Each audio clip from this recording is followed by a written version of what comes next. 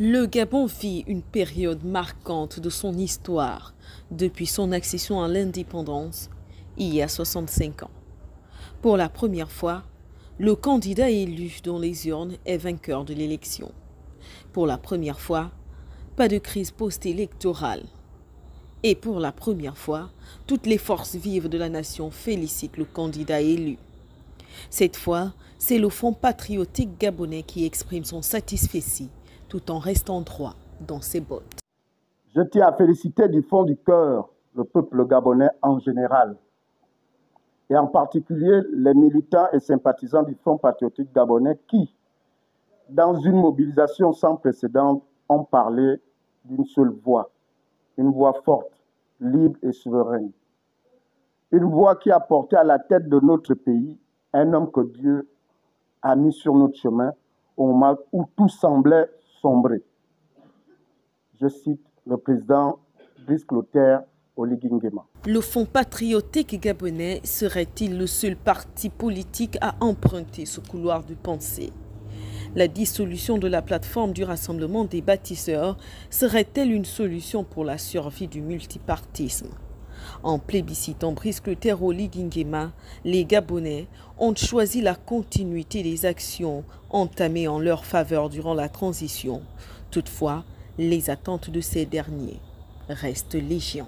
Nous continuons à nous interroger si votre vision est de remettre au goût du jour le RSDG mort-né de la conférence nationale de 1990. Alors, nous souhaitons savoir quelle sera sa doctrine, son idéologie. Pourquoi une telle précipitation? Est-ce une volonté de marginaliser les autres acteurs politiques pour l'avenir qui ont contribué à votre brillante élection ou une stratégie d'absorber les élites des autres formations politiques?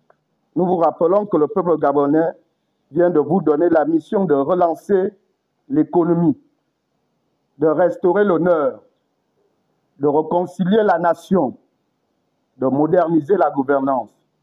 Tout autre objectif ou opportunisme politique sera perçu comme une trahison par le peuple. Si le nouveau président de la République a besoin d'une majorité dans les deux chambres du Parlement, il ne serait nullement question que cela se fasse au prix d'un recul démocratique.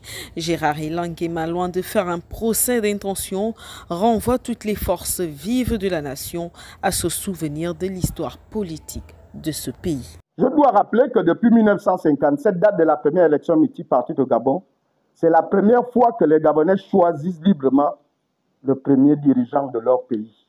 Entre 1957 et 2025, tous les dirigeants gabonais qui se sont succédés à la tête de notre État n'ont jamais été choisis par le peuple gabonais.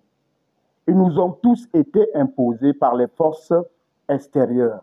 Aussi, Gérard Nguema interpelle le désormais président de la République sur l'avenir du Rassemblement des bâtisseurs qui, selon les aspirations récemment exprimées, pourrait entraver à la démocratie durement acquise. Pour nous, cette transformation du RDP en parti politique risque d'être perçue comme une centralisation du pouvoir loin de l'esprit pluraliste et démocratique que vous incarnez. Quelle sera la position et le rôle des autres formations dans ce mammouth en construction qui nécessite la transparence, l'élaboration d'une vision, la tolérance des divergences, l'ouverture à la critique et à l'alternance? Plus de 90% des suffrages exprimés en la faveur de Brice Clotaire Oligui Nguema. Une confiance et un plébiscite qui mérite de prendre un certain nombre de responsabilités pour une véritable unité nationale.